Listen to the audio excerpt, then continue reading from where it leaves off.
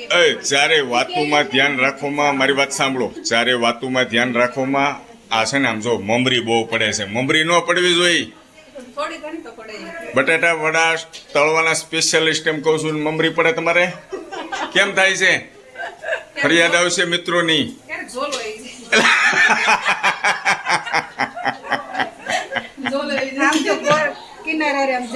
આ ન પૂગવા દે, આપણને ન પૂગવા દે. એનો કક્કો જ હાચો. પાકું ને? શું કહો છો તમે? બોલો બોલો. હા, નો પહોંચવા દે. બધાને હાથ કરીએ હવે.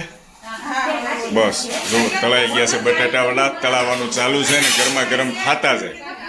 હાલો ફાઈબા બધા આવજો, ધીમે ધીમે આવો આવો આવો. હા જો આવી ગયા. જો આ ભેસાણ વાળા ફાઈ જો આવી. આ બધા બેસી જવાલો રસોડા. બટાટા વડાનો આનંદ લે છે બધા મારા ફાઈબા. એ બટાટા વડાનો ખાતા હોય કે ફ્રૂટનો આનંદ લે છે. આપો આપો આપો, જે જોઈએ તે આપો.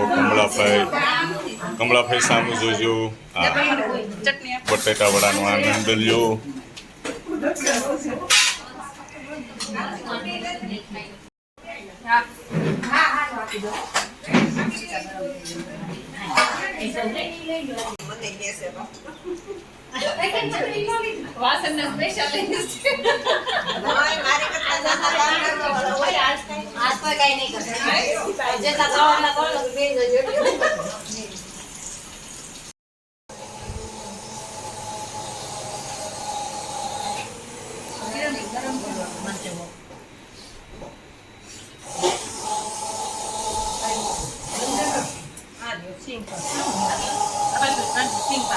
આજ અમારા સાવલિયા પરિવાર હળી મળી સાથે જમે છે.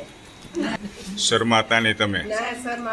મારા ફુવા કહેતા હોય મને ઘણી વાર કે તાર ફઈ બહુ શરમાય કે ગમે ત્યાં જમવા જાય ને ત્યાં. હા, ખજૂરી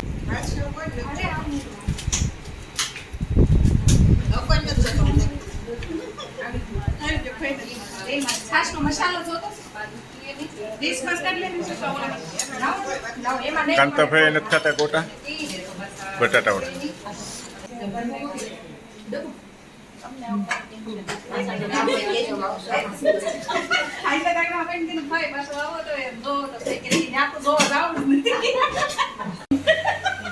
શું કમલાભાઈ?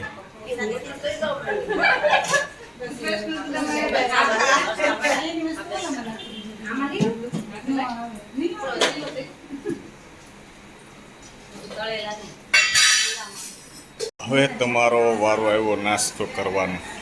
આરામથી કરજો. જો બટેટા વડાનો સ્ટોક આપણી પાસે પૂરેપૂરો છે.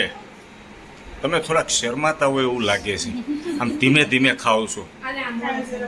અરે ભાભી, શરમાવાનું ન હોય, ઝપટ બોલાવો તમ તારે.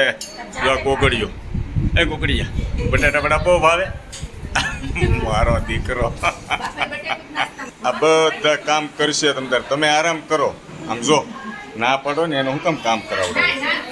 આજે એક દિવસ એને આરામ કરવા જો. આરામ કરો તમ તારે. અહીંયા આવ્યો હોય તો આરામ કરવાનો. મૂકી જાઓ તમ તારી પોતું. શું કહો છો? હા, એને નકર આરામ ક્યારે મળે? તમે બધા કામ જ કરાવે રાખો તો ઓળખે કોણ હતું એમ. બધા કુંડલા વાળા